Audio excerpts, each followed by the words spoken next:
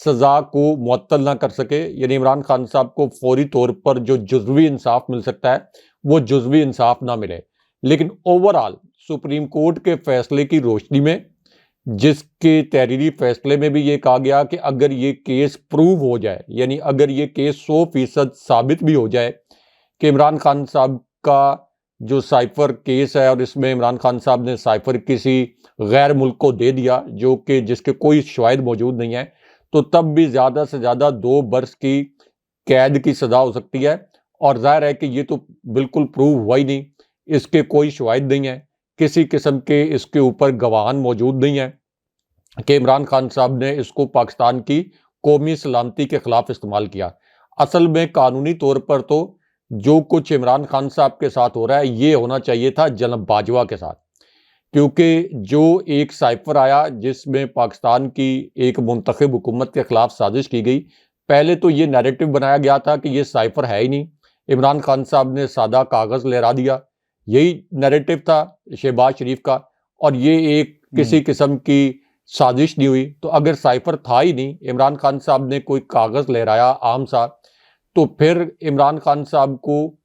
اس case میں کہ عمران خان صاحب نے قومی سلامتی کو نقصان پہنچا دیا، سائفر کہیں لیک ہو گیا یا سائفر جو ہے کہ کہیں گم ہو گیا، تو اس بنیاد پر عمران خان صاحب کو کیسے سزا سنائی جا سکتی ہے؟ شہباز شریف کو بھی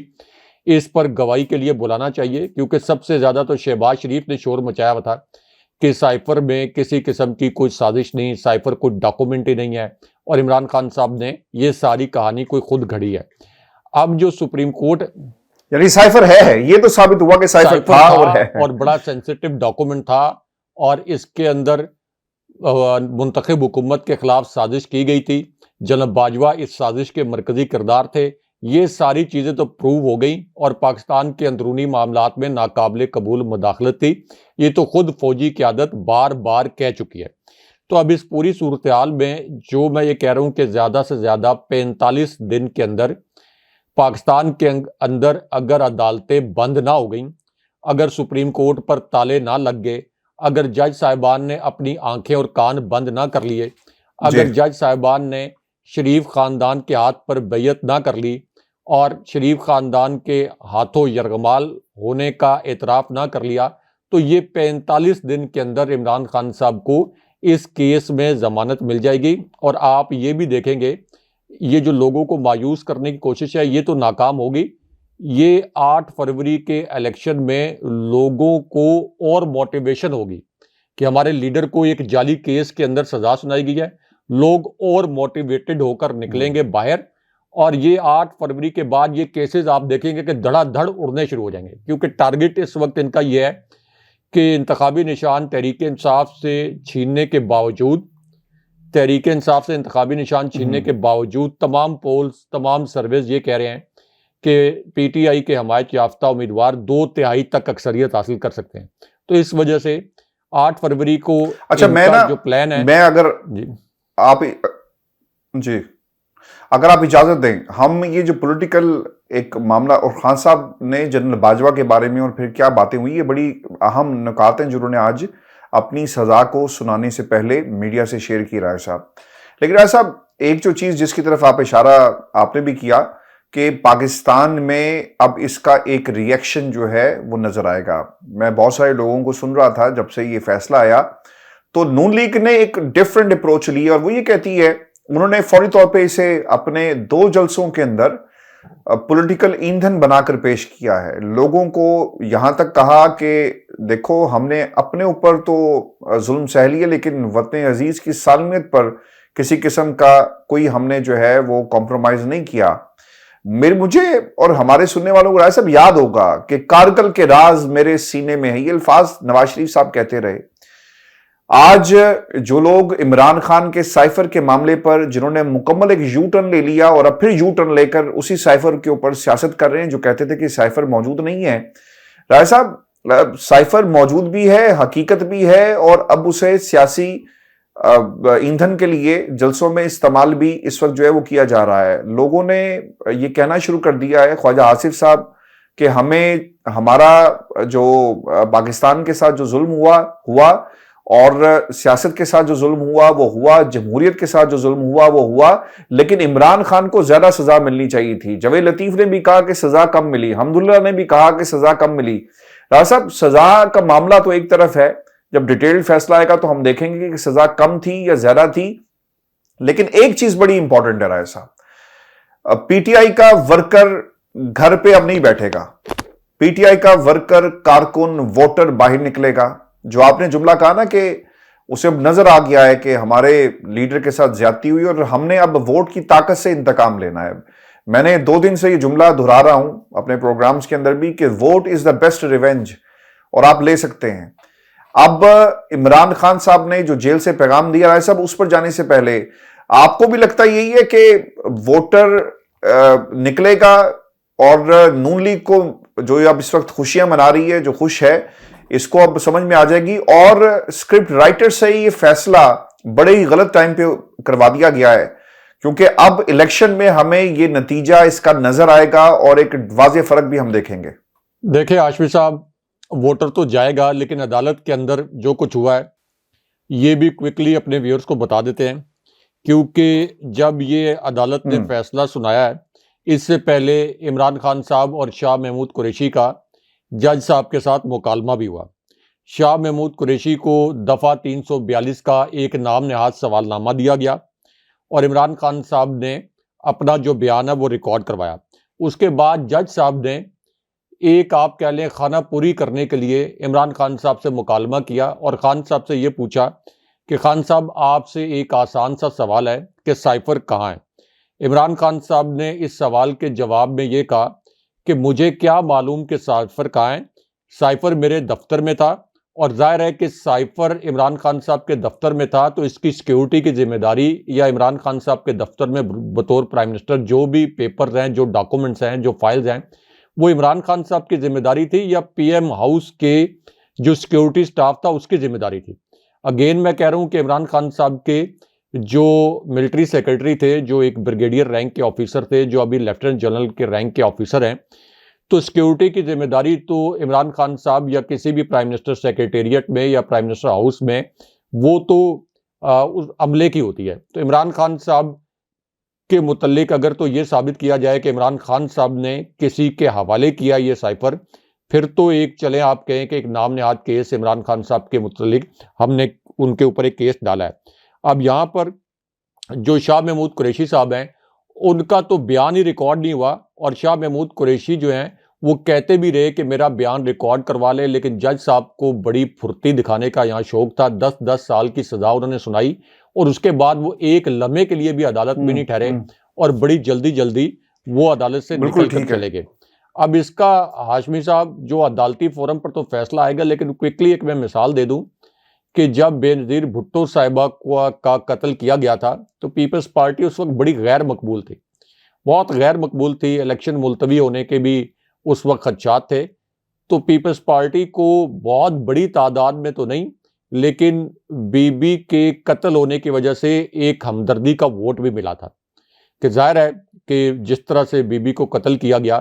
تو اس پر ایک بہت بڑا ایک حادثہ تھا, ایک سانیہ تھا, تو اس پر ہمدردی کا ووٹ بھی ملا تھا. تو یہ پی ٹی آئی تو پہلے ہی ان کی عمران خان صاحب کی پاپولیرٹی جو ہے وہ 74 سے 79%, 79% کے درمیان کھڑی ہے. تو اب جب یہ ہمدردی کا ووٹ, ساتھ ووٹ کے انتقام کا ووٹ, ساتھ شریف خاندان سے اظہار نفرت, تو یہ سارے فیکٹر جو آپ کو ملیں گے تو اس سے تو جن لوگوں کے متعلق آپ یہ کہہ سکتے ہیں کہ ووٹنگ ڈے کے اوپر اتنے ایکٹیو نہیں ہوتے, آپ ان کو دیکھیں گے کہ وہ بھی ایکٹیو ہوں گے. اور یہ 8 فروری کو اس سے ایک آپ کہہ لیں کہ پی ٹی آئی کو ایک موٹیویشن ملے گی اور زیادہ بڑی تعداد میں لوگ ووٹ دینے کے لیے نکلیں گے. اچھا راج صاحب, خان صاحب کا پیغام, اس سے کوئکلی پہلے میں یہ بتا دوں کہ ایک موازنہ کیا جا رہا ہے نواز شریف کی سزا اور پاناما کو اس کیس کے ساتھ. آج بھی پاکستان کی عوام منتظر ہے رائے صاحب, 7 برس گزر گئے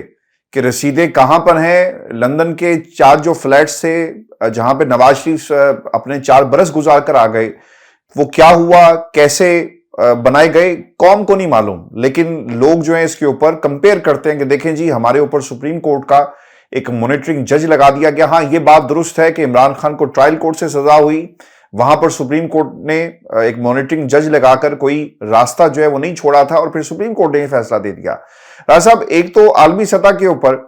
writers, Bloomberg, Al Jazeera, B B C, Guardian, New York Times, Independent, DW، Voice of America, Sky News, CNBC اور دنیا کے وہ تمام اخبارات، ٹیلی ویژن آؤٹلیٹس، وہاں پر صرف ایک ہی نام چل رہا ہے اس خطے کی اگر بات کی جائے تو وہ ہے عمران خان اور ان کے ساتھ جو کچھ کیا گیا. اب دنیا کو آپ کیسے روکیں گے؟ موازنے تو ہوں گے اور موازنے کمپیریزن کے اندر یہ باتیں اب کی جا رہی ہیں. اب راج صاحب جو خان صاحب نے گفتگو کی، بیان ان کا آیا، وہ یہ کہتے ہیں کہ ان کے 3.5 سال دور حکومت کے دوران یہ واحد دستاویز جو وزیراعظم ہاؤس سے غائب ہوئی، سائفر کی گمشدگی پر ملٹری سیکرٹری سے انکوائری کا کہا، وہ واحد موقع تھا جب وہ ملٹری سیکرٹری سے ناراض بھی ہوئے. سابق وزیراعظم کے مطابق ان کے ADC میں سے ایک نے جنرل باجوہ کی ایما پر سائفر کو چوری کیا. منتخب وزیراعظم کو سازش کے ذریعے ہٹایا گیا جس میں جنرل باجوہ اور امریکی سیکرٹری آف اسٹیٹ ڈونلڈ لو شامل تھے. ان کی حکومت گرانے کے لیے سازش اکتوبر 2021 میں ہوئی اور جب جنرل باجوہ نے ISI چیف جنرل فیض حمید کو تبدیل کیا تو پھر جنرل باجوہ، نواز شریف، شہباز شریف کی ملی بھگت سے یہ سب کچھ ہوا کیونکہ انہوں نے جنرل باجوہ کو مدت ملازمت میں توسیع کا وعدہ کیا تھا. حسین حقانی نے امریکہ میں ایک لابنگ فرم ہائر کی، $35,000 کی ادائیگی ہوتی ہے اور پھر اس کے بعد ایک ٹویٹ کیا گیا حسین حقانی کی طرف سے جس میں وہ یہ کہتے ہیں کہ جنرل باجوہ پرو امریکہ اور عمران خان اینٹی امریکہ ہیں. پھر PTI کے جو دوست تھے یعنی ان کے ساتھیوں کو چھوڑنے پر مجبور کیا گیا اور پھر رپورٹڈلی اس کو عمران خان نے اس کی شکایت بھی کی جنرل باجوہ سے، لیکن بعد میں جو کچھ ہوا وہ آپ کے سامنے ہے. پھر واشنگٹن سے اسد مجید کا پیغام آنا، پھر اسے کس طرح سے چھپایا گیا. راج صاحب یہ تمام باتیں ہوئی اور پھر فیصلہ آ گیا، لیکن مسئلہ یہاں پر یہ ہے، میں اور پاکستان کی عوام، 26 کروڑ عوام، چاہے اس کا تعلق کسی بھی قبیلے سے ہے، کسی بھی وہ سیاسی جماعت سے وابستہ ہے، لیکن یہ سوال ان کا بھی ہوگا، ان کے ذہن میں بھی ہوگا کہ اگر ملک کا سربراہ، ریاست کے سربراہ کی بات نہیں کر رہا، دی ہیڈ آف دی گورنمنٹ، جس کا حلف یہ تقاضا کرتا ہے کہ پاکستان کے خلاف اگر کوئی سازش ہوگی تو اس سازش کا منہ توڑ جواب دیا جائے گا. رائے صاحب یہ ریاست کے خلاف سازش تھی، یہ پاکستان کی حکومت کے خلاف سازش تھی، یہ جمہوری قوت کے خلاف سازش تھی، تو کیا یہ حلف تقاضا نہیں کرتا کہ وہ اپنی عوام کے درمیان جائے اور کہو کہ لوگوں سنو، تمہارے ملک کے ساتھ کیا زیادتی ہوئی اور کردار کون سے ہیں اور کن لوگوں نے پاکستان کو اس نہج پر لا کر کھڑا کر دیا کہ ہمارے ملک کا مقبول لیڈر جسے پاکستان کی عوام چاہتی ہے یا اس کے ساتھ کھڑی ہے، ایک ووٹ بینک موجود ہے اس کا جس کی بنیاد پر ہم یہ بات کر رہے ہیں، آپ اس کو پابند سلاسل کر دیں، بامشقت سزا دیں، اور وہ بھی کس کے کہنے پر؟ اس سازش کے حوالے سے جو امریکہ نے کی، یہاں پہ کردار تلاش کیے گئے. تو کیا رائے صاحب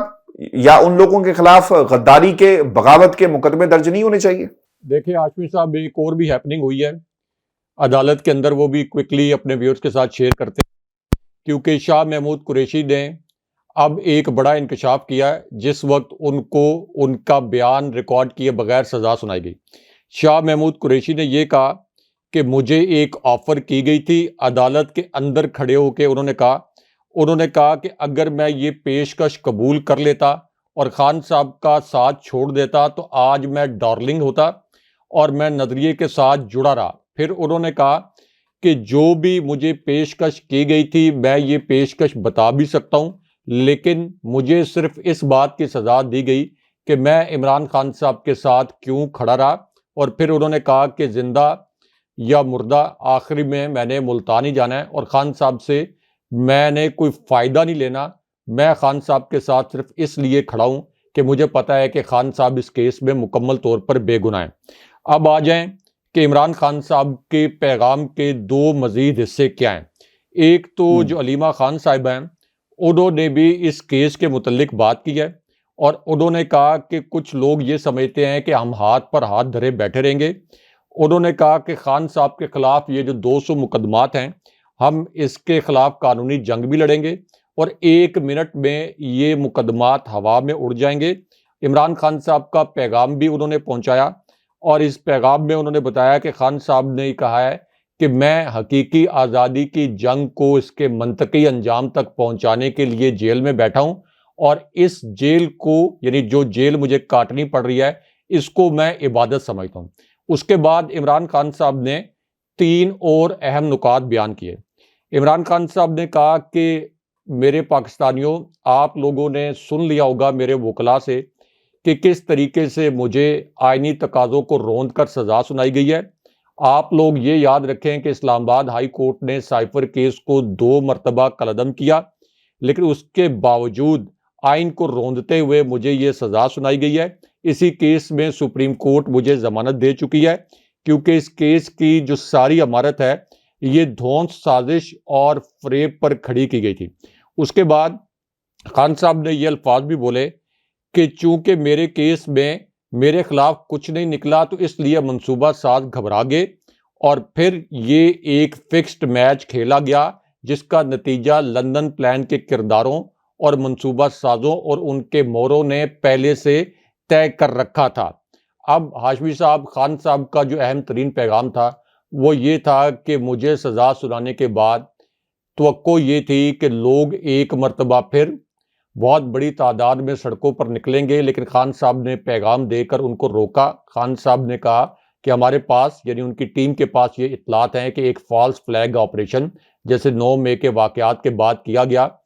اس وقت کی حکومت کی وجہ سے، یہ جو آپ کی کٹ پتلی حکومت تھی شہباز شریف کی۔ تو خان صاحب نے کہا کہ اس کا مقصد یہ تھا کہ لوگوں پر دہشت گردی کے مقدمات درج کیے جائیں،